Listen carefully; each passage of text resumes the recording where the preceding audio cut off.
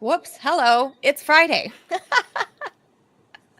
Hello out there in streaming world. You are tuned in to the Ted Manila Information Show, the TMI Show for short, because we bring you way too much information. I am Manila Chan. That over there is Ted Rall. And this is kind of, I would say, a fun Friday show. We're going to keep it short and nice and tight, because if it ain't tight, it ain't right, as they say. This is not that button-down show. Certainly today on a fun Friday, amid this week of crazy news and potential World War III. We're kind of hanging out at the cusp of that. Ted, we've been on pins and needles for the past week, so we've been talking about that. Obviously, we had yesterday off because here in the U.S. it was Juneteenth, and that was a new holiday implemented by our former senile president, Joe Biden, which I think there are signs, Ted, that Donald Trump is going to repeal Juneteenth as a federal holiday. Well, he can't do that without Congress. Right. So Congress, obviously, they're going to rubber stamp anything that gives them more time off. Obviously. Well, the U.S. has, if not the lowest, one of the lowest number of national holidays in the world. Really? So, oh, yeah. I mean, we're wildly overworked here. That's true. Like, actually, Iran is in the news, right? They have something like 42 national holidays every year. So, I mean, I remember one time when I was going to the consulate in Ashgabat to try to get a visa into Iran, I'd show up every day and there was some holiday going on. Oh, it's Saint so-and-so's day. It's Ayatollah Khomeini day. It's, Death to Israel day. I mean, it's Red Shoes day. Yeah. I mean, it's like Kebab day, whatever. It was like here's the day keffiyehs were invented. Like we're exactly. Well, I think keffiyeh day would be important. I actually love keffiyehs. It's too bad they're very stylish. They're great looking. They're very cool, and I like useful even before all this. Now you can, you are expressing your solidarity with the people of Palestine, which is a beautiful thing to do, and I do. But the truth is, I would wear one anyway, and I always did because they look great, and they're very effective scarves in the winter. I don't know where mine are that I got from the UAE. I had many of them, but obviously I didn't need them. They all come in different often. patterns depending on where they're from and stuff. I didn't need to wear mine too often being back home in Southern California because obviously it's a sweltering 100 degrees plus every summer. Right. And then even during the winter, it was like 75. So, although they are used as heat relief in the Middle East. I know. Well, that's because you're sweaty and then like a haboob might blow in. So wait, what's a haboob? Sandstorm. Haboob. You don't know that? No, I know a boob. I don't know a haboob. No, a haboob. It's like haboob. A boob. No, haboob is a giant, like the and way. I was caught in a sandstorm, but never there. Only in a haboob Asia. Is huge, though. It's not just like a little bit of sand that kicks up. It's like a cyclone. It's like like a big cell. The way like a hurricane would come in, and you could see it on the map. Mm-hmm. A haboob is that big. I've been trapped in one. The sand blows far. In I have relatives in Martinique, and they get sand at certain times of the year blown all the way across the Atlantic Ocean from the Sahara Desert. That basically makes it hazy. How do they know? In the Caribbean? Yeah, they just know. I mean, it's an established weather pattern. Wow. Yeah, I've heard of stuff like that. I mean, that's why when Japan's nuclear sites, went kaboom. The Fukushima. That's right. Thank you. Fukushima blew some nuclear dust onto the shores of Southern California, and I was there at the time. And garbage. And water. Remember all the Japanese lettering on all the plastics, and it's like. As you're swimming, you're like, what is this? Just stuff like plastered to your face, and you pull it off, and you're like, it's in Japanese. Happy Kitty Cat Cola. It is. Happy Kitty Cola. Yeah. Drink beverage good for you. You enjoy. That's exactly right. So, yeah, anyway, haboob is a thing. I'm not making this up. You guys look it up. But haboob is a thing. Like, it's an actual, like, cell. I mean, take it from me. I lived in the Middle East for a couple of years. It is not fun. You cannot see through it. Some people drive through it, especially I saw a lot of locals. Well, it'll fuck up your car. Bigly, yeah. I mean, it's so thick. You literally cannot see what's in front of you. When I went through one like that in Kazakhstan. You have to stop and pull over. In Kazakhstan, and I couldn't believe it. Yeah. I thought I was going to die. Yeah. And then you have to keep your windows closed up because you'll breathe in all the sand. Like it's horrible. It's and nasty. You hope that it's short. Yeah. Sometimes it's hours. I did the dumb thing because I was running late for a meeting, so I'm inching along, and I'm not going to self-incriminate here, Ted. So I'm just going to say it's possible that I accidentally drove into Saudi Arabia. Possible. I'm not saying I did. Right. I'm not saying me as a woman operating a motorized vehicle unattended by a male in my family may or may not have driven into Saudi Arabia. So is there no border control there? Not right there. Not where I was. And I was... I mean, Saudi Arabia is vast. I don't think Americans really are aware of that. But I mean, that's why crazy. The importance here, the note here is don't drive in a haboob. Because you might end up in Saudi Arabia. And they'll cut off your haboobs. Yes. And I may or may not have had to evade Saudi border patrol. Maybe. Maybe not. Could be making all of this up. Yeah, no, for sure. Might Just be. like I may have driven in a rental car that was specifically told that I could not drive into Labrador on the rental contract. And I could have theoretically crossed the Trans-Labrador Highway because the Trans-Labrador Highway is notoriously dangerous. And they want their car to come back. Oh, I see. Okay. So it was a liability issue. Right. Yeah. I mean, between being attacked by polar bears, moose, wolves. May or may not. Yeah. You may or may not have done that. Giant potholes, cliffs. I may or may not have been an illegal border crosser in my time, Ted. It's happened. You do look like an illegal migrant.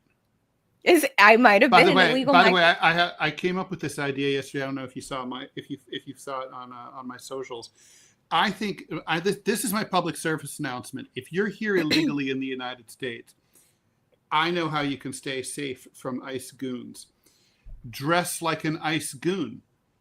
Like any asshole can buy that gear. You know, you can go wear, to wear your COVID stuff. Yeah, wear a balaclava. Yeah, a COVID mask. So you're masked up completely. Hat. No one can see you. No facial recognition, anything. You buy those cheesy police get-ups. You know, the police. You got to wear the Ray-Bans. But anybody can buy those at like a police supply store. You just go wear the Ray-Bans with your balaclava. You mook up, and you just like, and everyone will run away from you, including real ICE people. So no one will stop you. This is the solution. That's kind of true. Well, we'll show a video of what they look like a little bit later as we get into the program. They're and of course, our last fun topic of the day, obviously, we're going to talk about ICE and the Dodgers, my home team. And I feel like they're not saying that this was a political stance, Ted, but I think it was, kind of a political position that the Dodgers were taking by telling ICE. There's no kind of anything about it. Yeah. No, I mean. They were saying, you're not welcome on our property. Get out of here. Which is kind of apropos, Ted, since Dodger Stadium evicted a lot of whole villages of many, many, many, many, many Mexican-American families in Elysian Park in the battle for Chavez Ravine. That's what it's called. When Dodger Stadium moved from Brooklyn to Los Angeles, they evicted, just eminent domained hundreds of Mexican families. So now this is them kind of being like, hey, we're going to do you solid after we kicked you out of your land to build Dodger Stadium. Just saying. So we'll talk about that. Decades late, but whatever. But, better late than never. And of course, we've got to talk about Iran because that's, like I said, we're kind of on pins and needles because Trump says he'll make a decision in 2 weeks. Yeah, the New York Times had a funny piece today. That's not something; those aren't words that you usually hear. But this was about how 2 weeks is Donald Trump's favorite increment of time. I saw that. It was and it's very true. Like he's always coming up with, 2 weeks. In 2 weeks. Why 2 weeks? I don't know. I mean, is that the gestation period of a Trump? Like how when thoughts get implanted in your head and it takes a 2 week cycle to cycle all the way through and maybe process. Trump when he was born had only gestated for 2 weeks. That might explain a few things. I don't know. So when my ex-wife was pregnant, she was kind of sick of being pregnant after about 7.5 months. And she was like, oh, well, I read that if I gave birth now, it would be fine. That the kid would survive. And I'm like, well, the kid would survive, but he's not done. Right. He's not done baking. He's not done baking. Exactly. It's like the recipe calls for 9 months. You want it to rise all the way. You can bake the bread not fully cooked.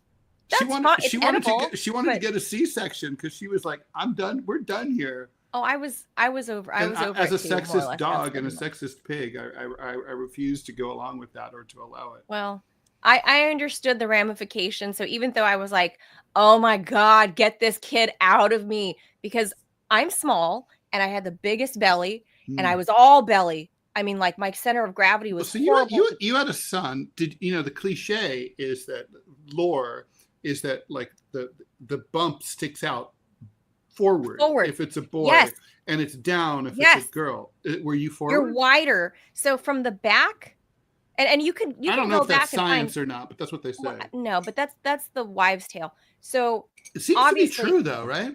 It seems to be true from the back. If you look at old video of me when I was pregnant, when I'd be at the video wall, if I ever turned my back to camera, which you're never supposed to do, but sometimes it happens. From the back, you couldn't really tell at all that I was pregnant because I still had a little bit of a waistline, not like my normal waistline, but I didn't look like a pregnant woman from the back. And then I swung around and it was like this huge forward protruding belly. Huge. I can't even imagine how uncomfortable that must be. And yeah, and then is it just I had boobs for the first time. Are you totally like, what the fuck? Is it like, were you miserable, like physically? The last 2 months, because he was so big and descended early that they thought maybe he might push his way out early. That didn't happen, but it was just that he was so big. He crushed my sciatic nerve the last almost 2 months. I was miserable. The engineers had to cart me around the studio. I almost crashed a car with sciatic pain. The engineers had to cart me around the studio those last like 6 or 7 weeks, Ted. And we didn't have a wheelchair, obviously, so they pushed me in my office chair to get to the set. Oh my god! Because I couldn't walk, and I could barely keep my composure, even when I was sitting down while I was on air. Because I was in intense pain for the last like 6 or 7 weeks that I was on air. But anyway, that's the whole. Where's this conversation going on a Friday? Go. We have stuff to talk Friday. about, and I have a hard out because I have to get ready for the DMZ America podcast with Scott. Oh, that's right. At 11:30 Eastern time, right after the show. So 11 after you guys are done with this, go grab some food, go grab a drink, come back, sit down, and buckle up for Ted and his bestie Scott Stantis. That's it. BFFs from different sides of the political spectrum. Very. Yeah, we give hope for a divided nation. You were joined by your love of cartooning. That's partly true. And our latent homosexuality, perhaps. I don't know. The ambiguously gay duo. Ted and Scott. Could be. All right. I'm going to hit I call it the Jaws, and it's not copyright infringement. This is the Jaws.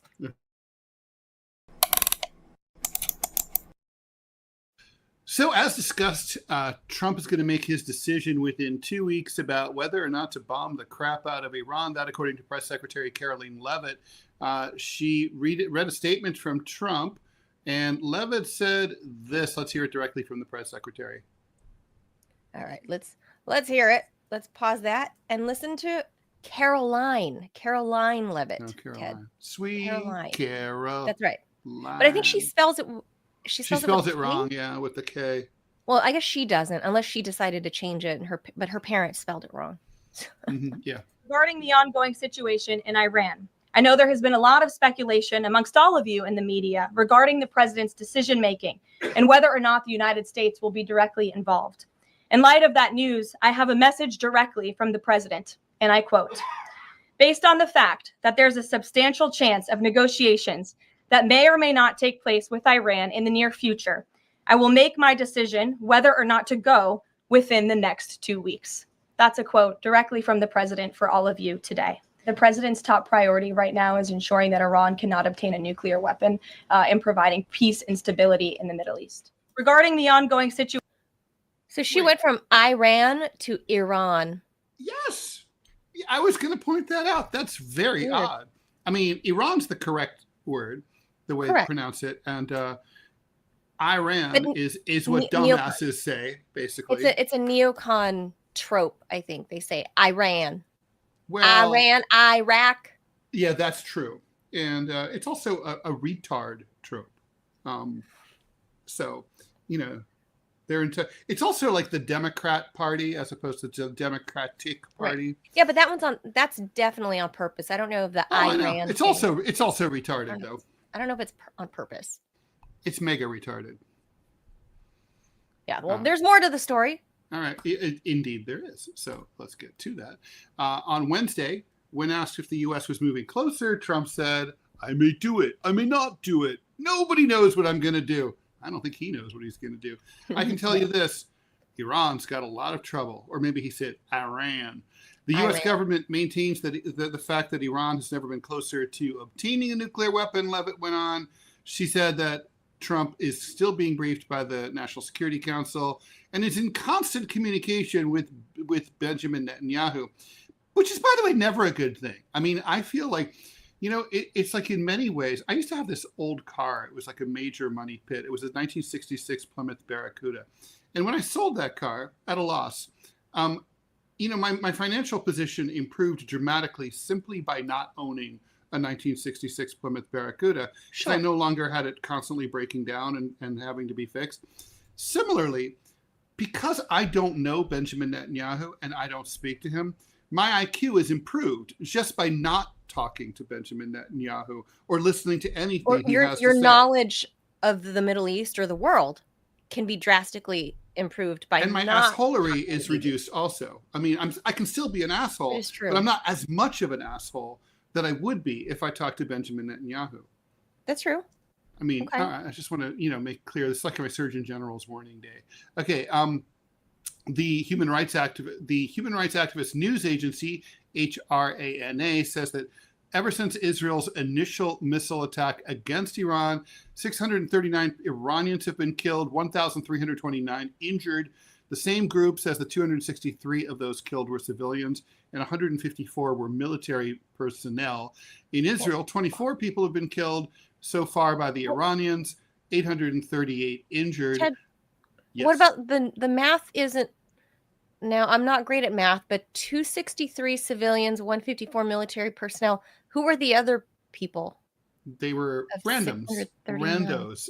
There were some, apparently, that you're neither civilian nor military? Members of punk rock bands. There were tightrope walkers. There were architects. A number of accountants, probably. Very strange. Camel jockeys. A lot of accountants in Iran. Kebab makers. I know some. Yeah. So they don't count as civilians. Metalheads. Look, I'm not good at math, and I know that. But those numbers, it's like you're going to tell us 600, let's say 640 have been killed. 263 civilians, 154 military. It is strange. I don't know who these other people are. The other thing is, Manila, about these numbers. So basically, all right, in Israel, in Iran, 639 killed, 1,300 injured. Israel, 29 killed, 800 injured. So the ratio of injured to killed in Israel is about 40-1, right? Israel, it's like the inverse. And it's about 2-1 injured ratio in Iran. So how come how comes in Israel so many people get wounded, but so few killed? I mean, are they clumsy? Are they like falling down the stairs to the fallout shelter? I don't know. It is very strange, but I also don't believe the numbers coming out from either parties, because obviously they have to go to each state to ask for these numbers. And I'm not trying to discredit Rana. I guess I'm going to call them that.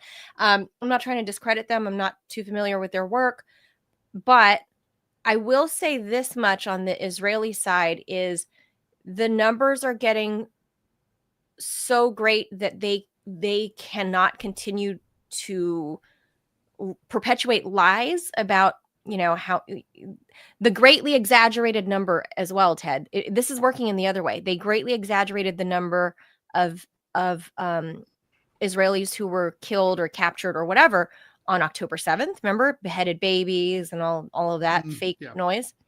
But on this side, I feel like they would deliberately say, we've only had like 10 people die. Like not even, it was like 10 people. The bombs didn't even do it. It was just, grandma fell down the stairs running away from it. The problem is that Israel's the size of like a college dorm. So everyone knows each other. So you can't really, it's kind of like. I think they said it's the size of New Jersey. That's right. Mm-hmm. Have you been? Oh, to Israel? No. New Jersey, yes. Well, so New Jersey. Israel is a modern country. It has good roads.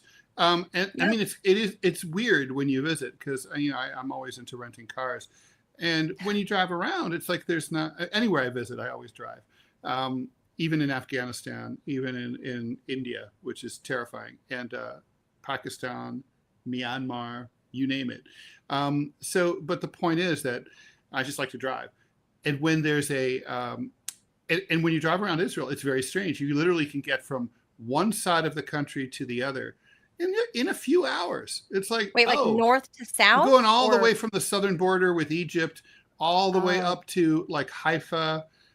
In a few hours? A couple hours, yeah, sure. Wow. It's not nothing's that far. Now, the last time I was there were like no big, crazy super highways like we have. But there's sort of like more like expressways. But yeah, I don't know if that's changed. You can do that. You can do that in the UAE. Sheikh Zayed Road is basically their straight shot north to south, like in the vertical way. The UAE is not big. No, it's even smaller. And then you can go east to west on it in an hour, maybe. I mean, not a lot of roads, but you're right. But you don't really theoretically you don't really need a lot of roads. Anyway, a new poll out from the Washington Post finds that most Americans are against U.S. military action against Iran by a 20-point margin. 45 opposed to 25 in favor. 30% said they just don't know. 2/3 of Democrats are against airstrikes. Republicans are a little different. 47% say yay, 24% say no, 29% don't have any opinion about anything at all. Independents lean against the strikes by about a 2-to-1 margin, with more than a third unsure. Trump voters are 46% supportive, 26% opposed, 28% say they don't know. And military or veteran households are split, while other households opposed by a wide margin. So, I guess military people join the military because they like to blow things and people up. And so that's this household is in the minority.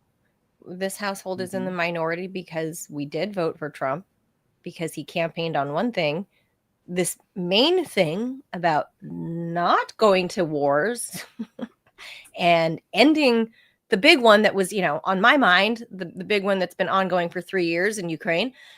He campaigned on that. So this military household was a Trump voting household.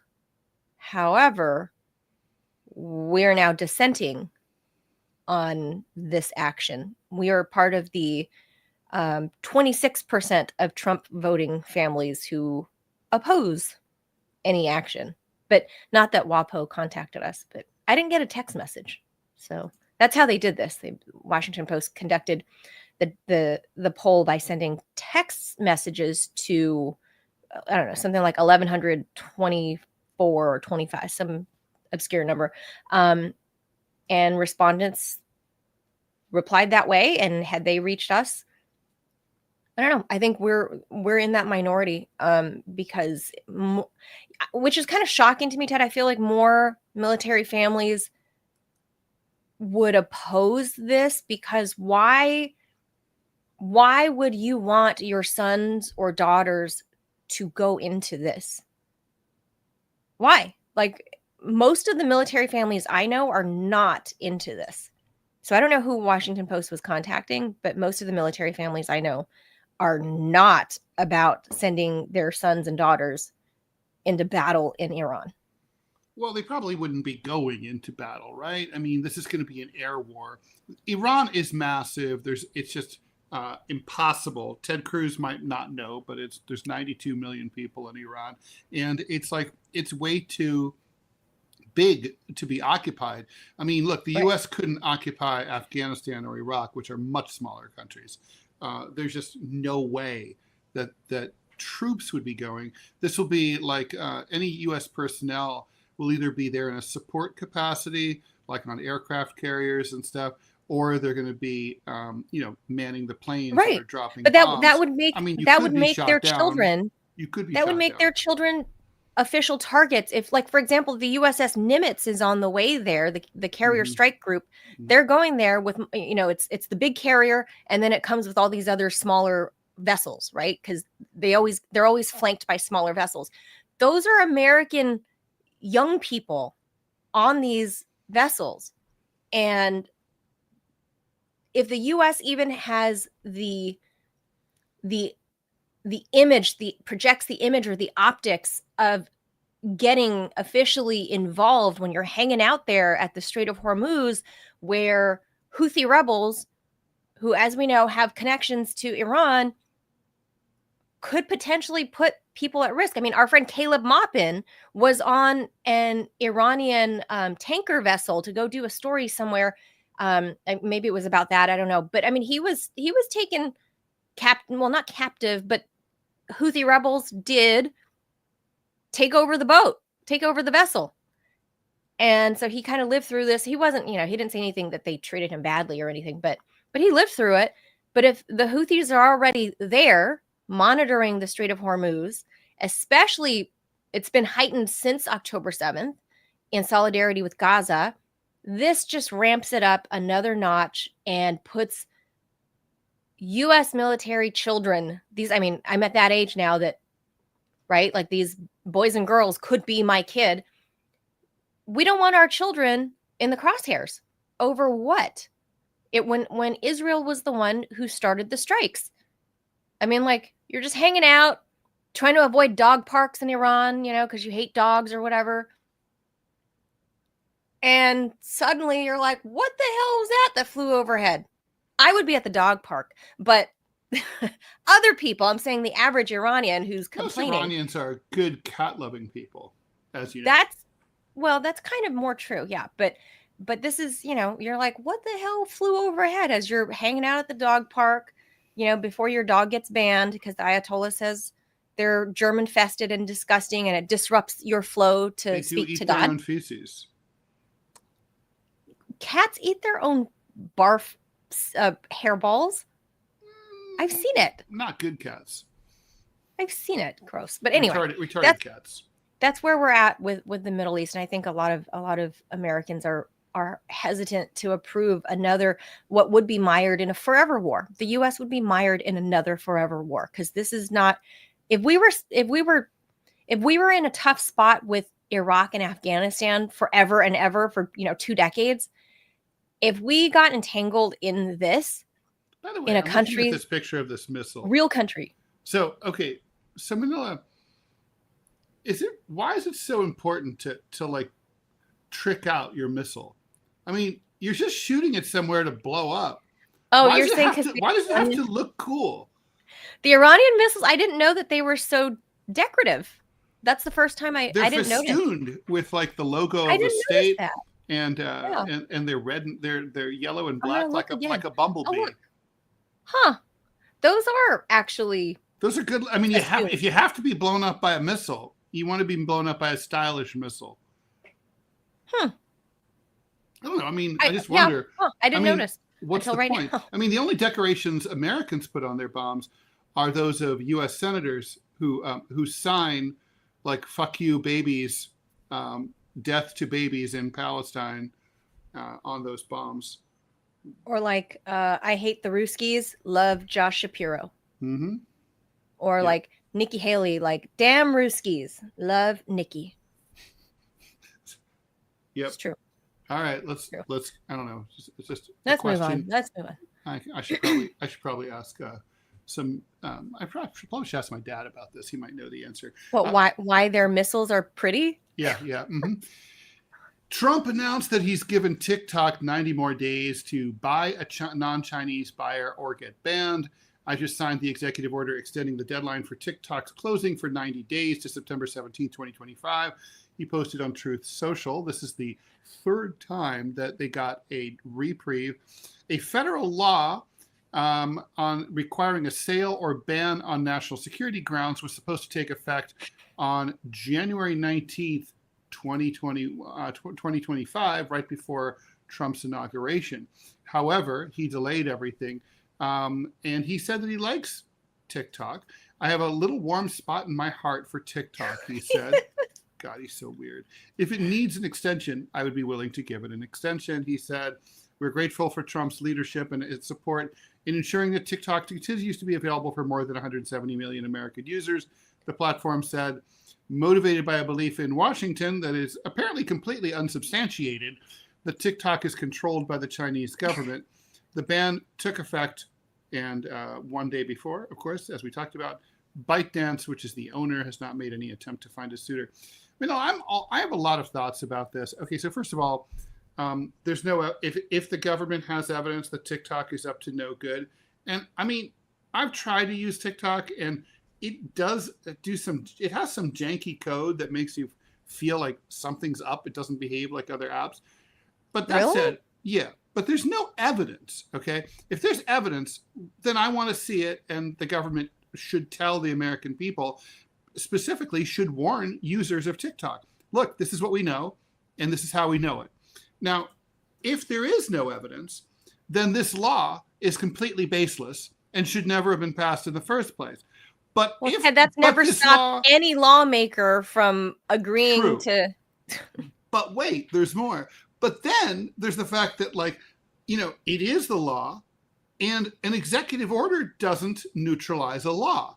Right. Joe Biden signed this into law. Let's point that out. The president of the United States, well, either that or Joe Biden's auto pen signed this into law. But the point is that it was someone purportedly acting like the president signed this into law, and now it's the law. So if Trump wants to give an extension to ByteDance, he should get Congress. If only he controlled both houses of Congress.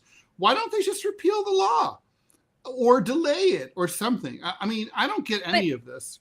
Okay, I think I have my harebrained theory is that he wants one of his tech billionaire buddies who have been queued up on the Trump train to buy it. He wants Peter Thiel to buy it, right? Maybe we've heard about Peter Thiel being punted around. We've heard Jeff Bezos sniffing around. Mr. Wonderful, I think is what they call him from Shark Tank. Mm-hmm. Kevin O'Leary. Kevin O'Leary, that guy. Supposedly he's kicked around the idea. The owner of the Dodgers has been punted around, as a potential buyer. But none of them have come through. So honestly, I feel like for Trump, the reason he keeps punting on it is because he's hoping that one of his homies will step up to the plate. But they can't buy it if it's not for sale. And ByteDance hasn't put it up for sale. That's the weird thing. But so if they're forced to, I guess, I don't know. They've said that they would shutter, and then America's Gen Zs and the youngest of the millennials had a meltdown. I'm not a user. I have an account, but I'm not a user. So I don't understand. I don't get it, right? And they're going to call me a boomer. It's just not for me. I'm not into social media. I get the use though, but people are doom scrolling. There's surveys that are out now that say 54% of Gen Zers rely on TikTok as their news source. Well, in fairness, Manila, I did try to load up some of our clips to TikTok, and nobody went to look at them. Now, we have tens of thousands of views on YouTube. If we did on the shorts, yeah. Yeah, in fact, we should probably, I guess we can't really do shorts on Rumble, but we should. I wish there was a way to do that. Maybe there's some workaround. But the point is, it kind of made me think people on TikTok just aren't into politics. I don't know, but I've heard that's not true. It's increasing. It's increasing, but generally speaking, people are there to doom scroll, fun social media things or hawk products or, figure out facial routines, things like that, right? Like little food recipes, they're there for fun, but highlighting that Gen Z finds their news sources on TikTok, that's a little sketch. Well, look, it could be worse. They could be getting their information from Benjamin Netanyahu. So that's true. So you're probably better off listening to some sort of conspiracy theorist channel on TikTok. Sure. Far more reliable. Far more reliable than probably either, Fox or MSNBC. So for sure, no doubt. And the LA Dodgers say that they denied ICE agents entry to their stadium grounds. Well, I mean, that's not quite true. It's more like they're saying they kicked them out. So this morning, ICE agents came to Dodger Stadium and requested permission to access the parking lots. They were denied entry to the grounds. Tonight's game will be played as scheduled. Sorry. The Dodgers say. That was written yesterday. However, Last night. ICE is calling the Dodgers liars, saying that the agency was actually never there. Instead, the CBP, which is Customs and Border Patrol, sorry, that's a distinction without a difference, were in the stadium parking lot very briefly, unrelated to any operation or enforcement. So apparently they were kind of hanging there. There was no operation. The Dodgers had yet to weigh in. Images circulated on social media of government vehicles there in the parking lot. So a player, Kike Hernandez, posted to social media over the weekend that he can't stand to see our community being violated, profiled, abused, and ripped apart. The LA Times reported, I mean, you know, who knows if this is true, the team will announce plans to aid immigrant communities impacted in the city. I don't know how. What are they going to do? Send guys out with bats to beat up the ICE guys? Now that I want to see. The team was set to host the San Diego Padres for a game later in the day. Also, Trump can continue to send National Guardsmen to respond to those LA protests as a legal challenge over his use of the military in violation of the Posse Comitatus Act proceeds. That, according to a federal appeals court, this is a temporary win for the White House. Federal government has been deploying troops there for more than a week. So Ted, look here on the screen. Look here on the screen. That's fine that DHS, Tom Homan could be like, those aren't my guys. But it's like, yeah, they are. It looks like your guys. Look at them. They've got balaclavas on. They've got their Ray-Bans on. These are the guys that are there. By the way, if you dress like that to go to work, you know, if you're getting up in the morning and you're like, hey, honey, I'm off to work, and you're putting on your balaclava, you know you're evil, right? I mean, who wears a balaclava to work except what? Robbers, terrorists, and ICE. Is anyone else? No, I mean, seriously, is a balaclava worn by anyone other than terrorists? Yes. Robbers or ICE workers? Who? Or maybe skiers? The professional skis. Yes. Downhill skiers. Okay, but that doesn't exist anymore due to climate change. Okay, look at these guys. Look at these guys. How can you tell me that like you said, a distinction without a difference?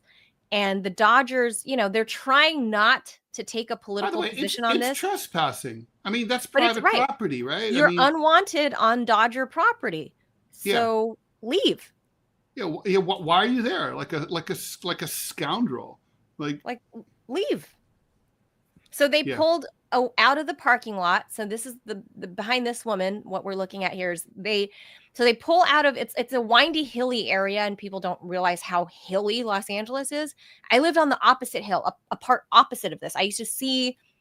I could hear the crowds screaming from where I lived in Highland Park. I was on the other hill, and the 5 freeway is the split between my hill and Elysian Park, and so this is it winds around the hill to go up to Dodger Stadium. And so where these guys are, they are not, I mean, I've been to the stadium a million times.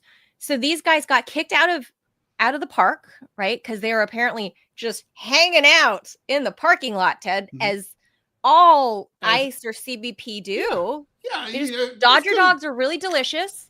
Could have easily been 4 strangers just hanging there.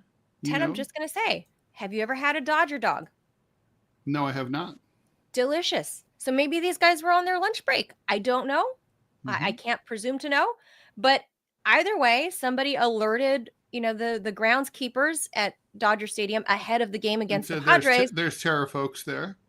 There's some people wearing terror masks. And it's making people uneasy.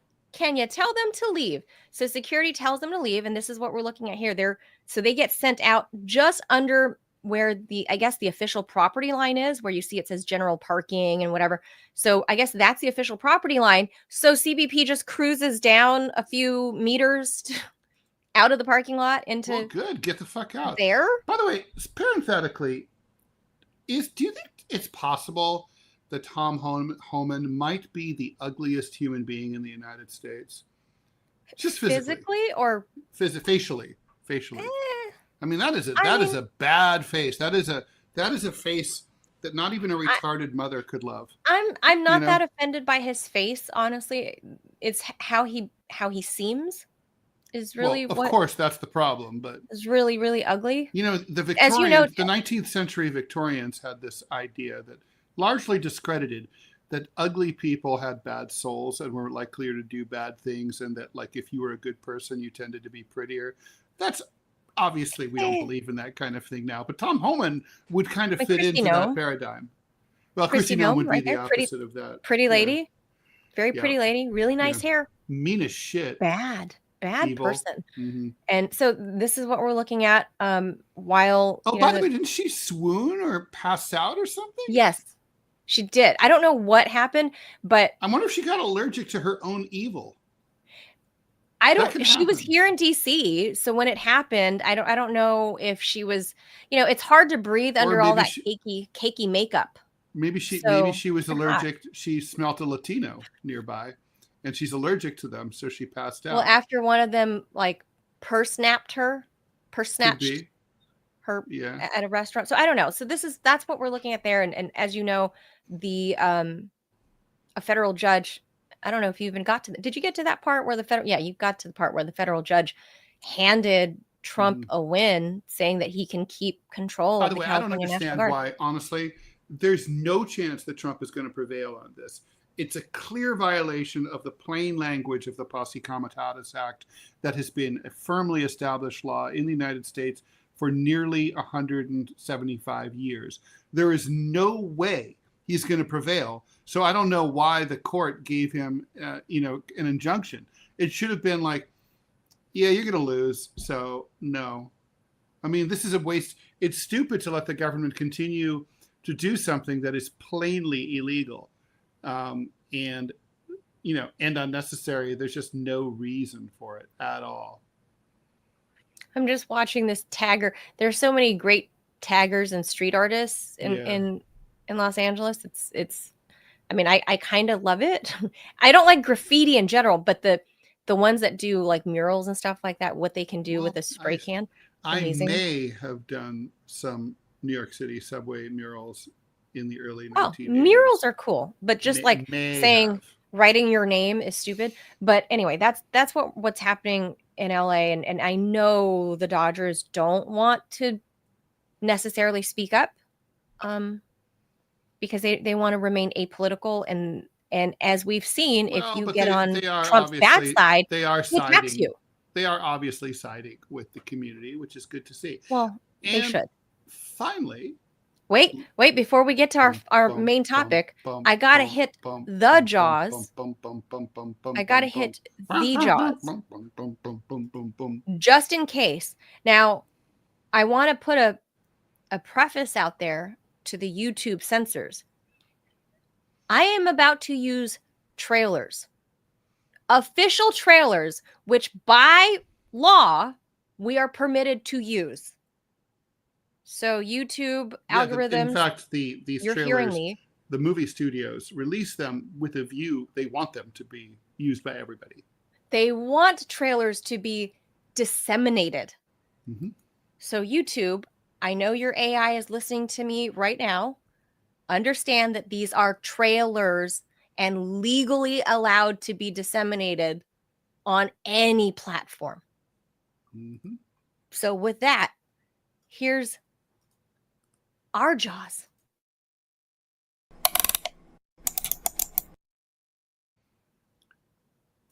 Are you going to air that trailer? Well, you can talk over it. I'm just going to play it. Today is the 50th anniversary of the release of the film Jaws, the pop culture phenomenon widely regarded as the first ever summer blockbuster, which passed $100 million at the box office. It was Steven Spielberg's second movie.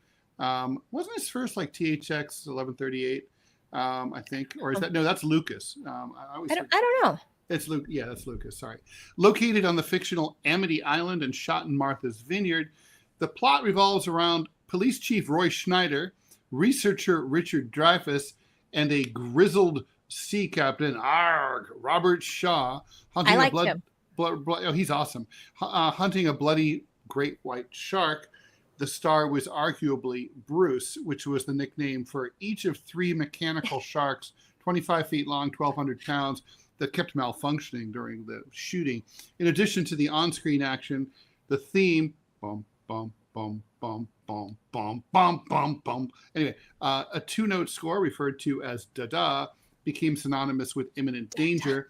The film more than tripled its $3 million budget, went over 2 months over schedule. I actually read 3 months over schedule, but ultimately grossed an average inflation-adjusted $1.5 billion. You know, it's hard to overstate what a big deal the film was when it was released. I was 50. Can you believe that? I was 12 years old when this film came out. I remember it vividly. My father, this was an R-rated film, so my father took me to see it because he was an irresponsible cur. But like, you know, I'm glad that he did because it was awesome. And you know, it's a very interesting and strange film. You know, it's got great. It's a very well done film. It's too bad that Spielberg was so traumatized by the experience. You know, Robert Shaw was a notorious alcoholic and was drunk most of the time that the filming took place. Wow. But you know, but the character was an alcoholic sea captain, so they did get like what they wanted, and in a way, it all worked out. But he was, you know, sometimes sleeping through scenes that he was supposed to be there for. Oh my God. Anyway, it traumatized Spielberg. That's why he never signed up for the sequels. But he was like, he was worried that it was going to ruin his career if he had to work like with Robert Shaw again. I guess Robert Shaw dies right at the end of Jaws. But you know, it was a huge cultural thing. I mean, people were literally like afraid to go to the beach in IRL, in the real world, right, because of this movie for a long time. It also kind of demonized sharks, an animal that people didn't give a lot of thought to before this the book was also a bestseller, and then the movie came out, and but it took years before that stigma went away, and now people are much more, you know, into to being in favor of sharks and conservation. Did you know the guy that makes a cameo as the reporter on the beach? He's the guy that wrote the books. Oh, that's cool. Yeah, isn't that funny? He does a little cameo. But he was the author, the original author. I like that. Yeah, Stephen King often makes little cameos in his films too. I know. Well, he has such a distinct face, right? So Jaws, it's a few years older than me, but it wasn't. And you got to remember, back in the 80s, there weren't really that many films like that were constantly being released, right? And there wasn't this much entertainment. The entertainment industry, albeit big relative to the rest of the world, Hollywood just wasn't cranking out as many videos or content as it is now, because now with the advent of AI and computers and whatever, the workflow gets cut in half, right? Like nowadays, if they were to make Jaws would not be an animatronic, you know, a gajillion pound machine. He would just be AI. Or she, I don't know if it was a he or she, but Jaws, when this came out, I remember we watched it on VHS. I mean, because, you know, that's what it was in the 80s. And me and my best friend Tina, we loved to swim and we loved to go to the beach. And we were always afraid a little bit that if we went too deep, that a giant ass shark would come get us, right?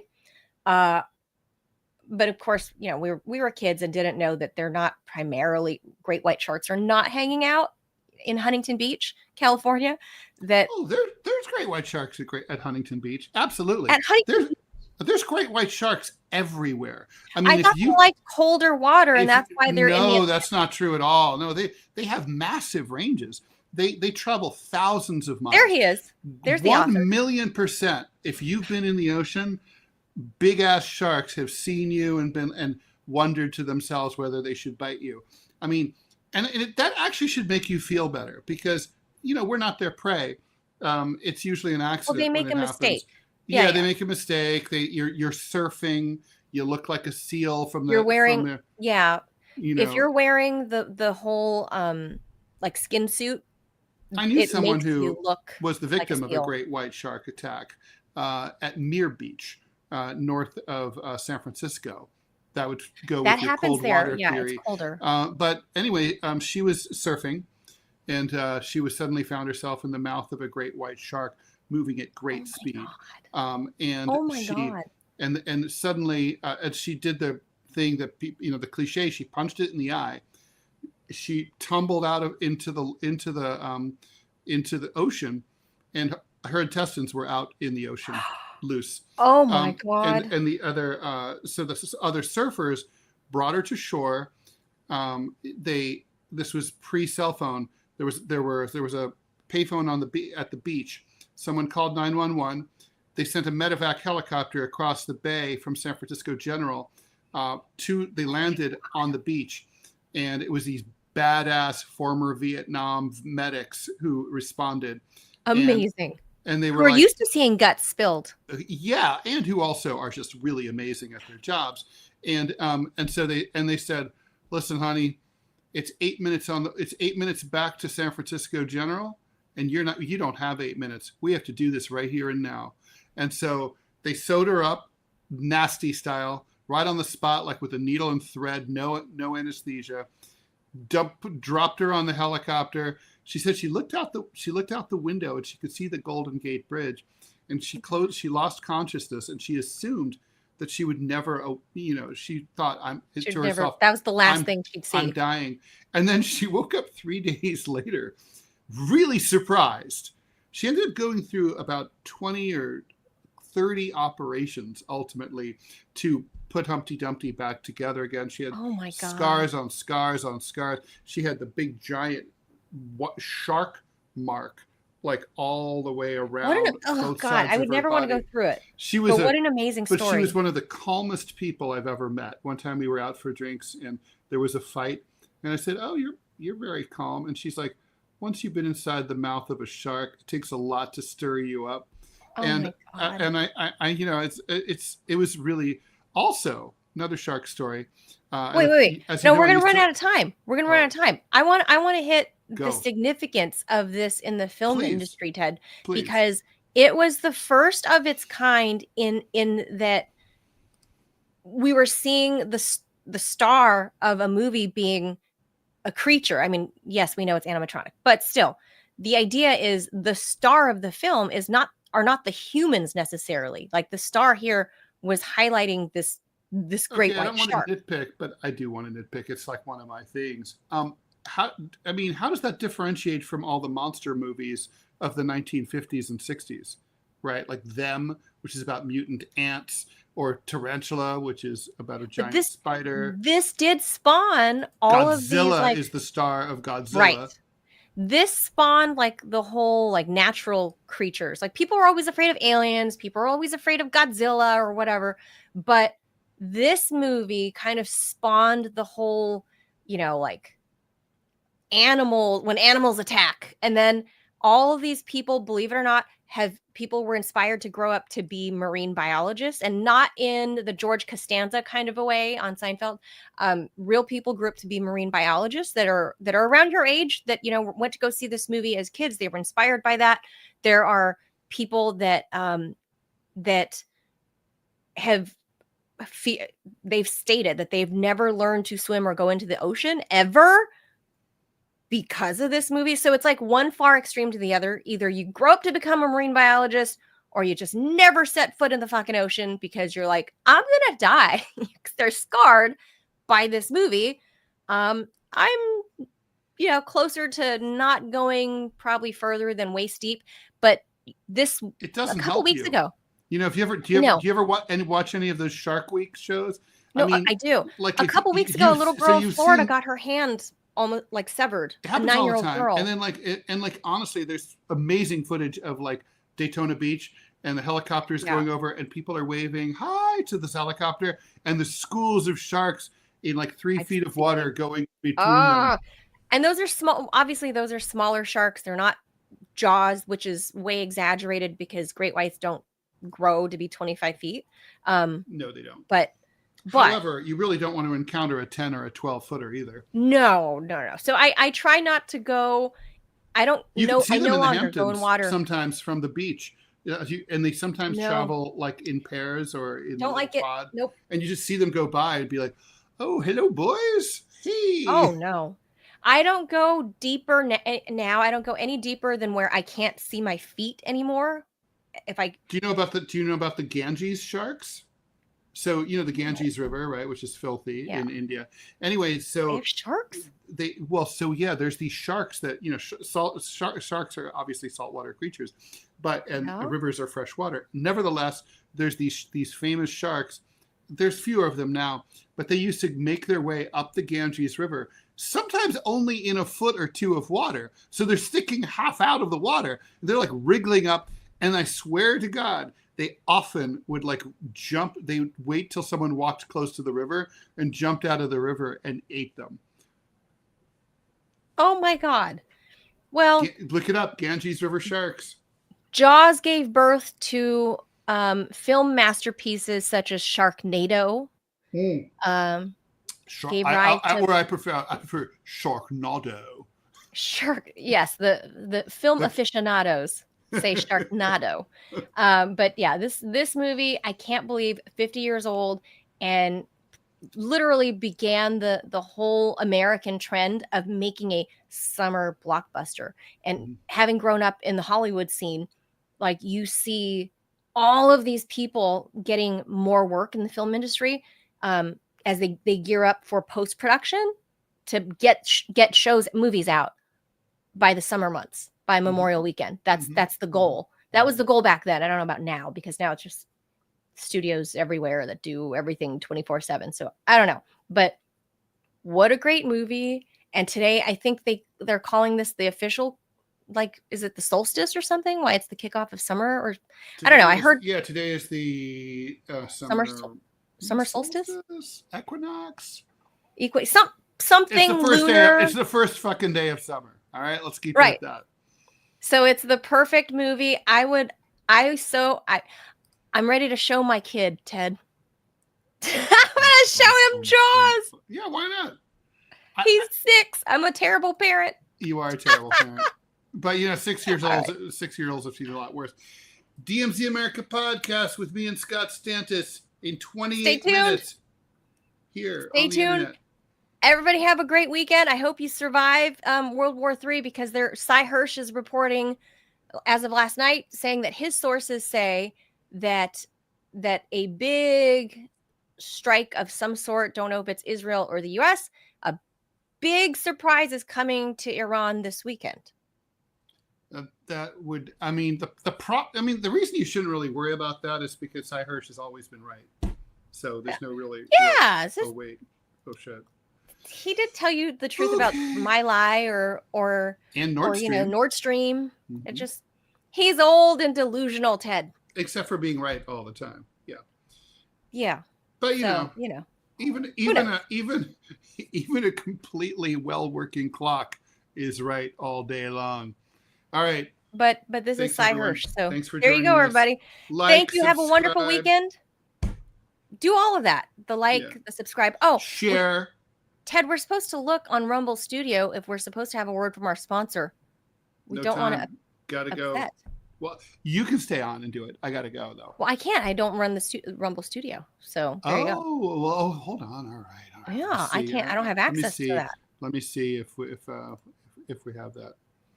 Yeah, we don't want to lose opportunities. No for ads. Sponsors. We're good. No ads. Okay. We don't want to anger the ad kings. Okay. No. That does it, guys. Have a wonderful weekend. We'll see you hopefully on Monday if the world is still here. Adios, amigos. Bye. Au revoir.